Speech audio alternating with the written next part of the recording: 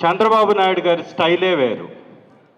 అధికారం కోసం ఎన్ని అబద్ధాలైనా చెప్తాడు. అధికారం దక్కిన తర్వాత బుకాయించటంలో కూడా ఘనమైనటువంటి చరిత్ర కలిగినటువంటి వాడు.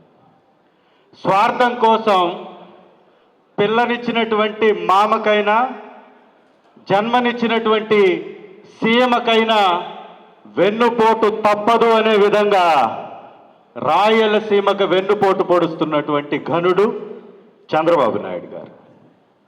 వెనుకబడ్డటువంటి జిల్లాలు ఈ రాష్ట్రంలో ఉన్నాయి అంటే ఈ రాయలసీమ, తర్వాత ప్రకాశం జిల్లా. వెలుగొండ ప్రాజెక్టు కానీ, రాయలసీమకి నీళ్ళు వచ్చేటటువంటి తెలుగు గంగ, గాలేరు నగరి, ఎస్ఆర్బిసి ఇవన్నీ కానీ పోతిరెడ్డిపాడు రెగ్యులేటర్ మీద, అలాగే రాయలసీమ ఎత్తిపోతల పథకం మీదే ఆధారపడ్డటువంటి మన ప్రాంతాలు ఇవన్నీ.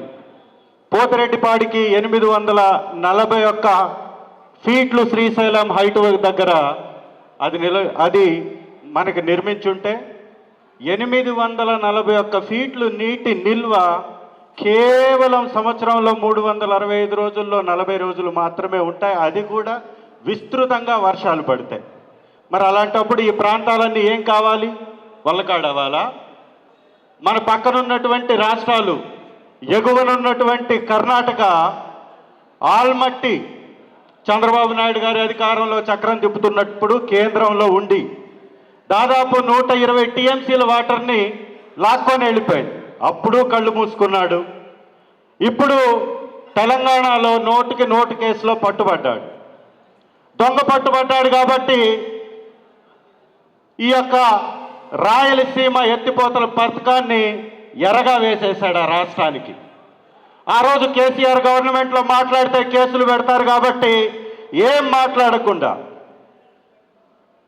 పాలమూరు, రంగారెడ్డి, డిండి అనేక ప్రాజెక్టులు రోజుకి 8 టీఎంసీలు తీసుకుపోతుంటే ఒక్క మాట మాట్లాడలా.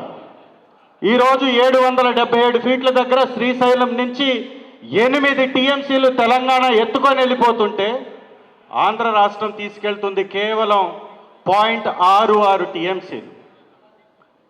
తెలంగాణ కన్నా పెద్ద రాష్ట్రం మనది. తెలంగాణ కన్నా ఎక్కువ విస్తీర్ణం వ్యవసాయం ఉన్నటువంటి ప్రాంతం మనది. మరి తెలంగాణ 8 టీఎంసీలు రోజుకి తీసుకెళ్ళిపోతూ 120 టీఎంసీలు దోచుకెళ్తుంటే మన దరిద్రం, మన దురదృష్టం, ముఖ్యమంత్రిగా ఉన్నటువంటి చంద్రబాబు నాయుడు గారు నోట మాట రావట్లేదు. ఈరోజు చంద్రబాబు నాయుడు గారు పట్టుబడ్డటువంటి ఓటుకు నోటు కేసుకు సంబంధించినటువంటి ఫైళ్లు తగలబడ్డాయంట. యాదృచ్ఛికమో ఏమో తెలియదు కానీ రాయలసీమ ఎత్తిపోతల పథకం అవసరమే లేదని మాట్లాడుతున్నారు. మనకి ఎప్పుడో 101 టీఎంసీలు కేటాయింపు ఉంది. మనకి తెలుగు గంగా దగ్గర, తెలుగు గంగా, గాలేరు నగరి, ఎస్ఎల్బిసి కింద మనకి దాదాపుగా 101 టీఎంసీ కేటాయింపు. 20 సంవత్సరాల చరిత్రలో 4-5 సందర్భాల్లో తప్ప ఎప్పుడు మనకు వాటర్ వచ్చినటువంటి పరిస్థితే లేదు. మరి పక్క రాష్ట్రాలు 775 ఫీట్లకే శ్రీశైలం నుంచి నీళ్లను ఎత్తుకొని పోతూ ఉంటే 841 టీఎంసీ వచ్చిందాకా, 841 ఫీట్ వచ్చిందాకా ఆంధ్ర రాష్ట్రం ఆగడం అంటే అది అన్యాయం కాదా? ఒక్కసారి ప్రతి ఒక్క నాయకుడు ఇది గ్రామాల్లో చర్చించాలి.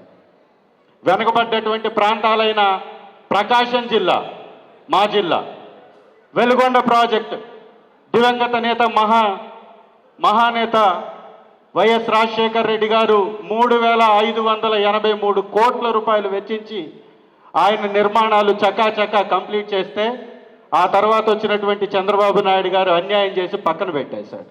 మళ్ళీ జగన్మోహన్ రెడ్డి గారు వచ్చిన తర్వాత 1,053,000 కోట్ల రూపాయలు ఖర్చు చేశారు. వెలుగొండ ప్రాజెక్ట్ ఒక్కటే చంద్రబాబు నాయుడు గారి మోసం గురించి చెప్పాలంటే ఒక్క వెలుగొండ ప్రాజెక్టును చూస్తే మనకు అర్థమైపోద్ది. ఏంటంటే వెలుగొండ ప్రాజెక్టు 950 కోట్ల రూపాయల ఎస్టిమేషన్తో మొదలుపెట్టినటువంటి చంద్రబాబు నాయుడు 1996 నుంచి ఈ రోజు వరకు ఖర్చు పెట్టింది కేవలం 1000 కోట్లు అయితే, తండ్రి వైఎస్ రాజశేఖర రెడ్డి గారు, తనయుడు జగన్మోహన్ రెడ్డి గారు 4,600 కోట్ల రూపాయలు ఖర్చు చేశారు. అయినా కానీ వెలుగొండ నేనే కంప్లీట్ చేస్తున్నానని బుకాయిస్తున్నటువంటి చంద్రబాబు నాయుడు గారి మోసాన్ని ఎండగడదాం. ఆంధ్ర రాష్ట్రం సస్యశ్యామలం అవ్వాలి అంటే, వ్యవసాయం బాగుండాలంటే రాయలసీమ ఎత్తిపోతల పథకం అనేది ఖచ్చితం కాబట్టి పోరాడదాం, నిలబడదాం. జై జగన్, జోహార్ వైఎస్ఆర్. Thank you.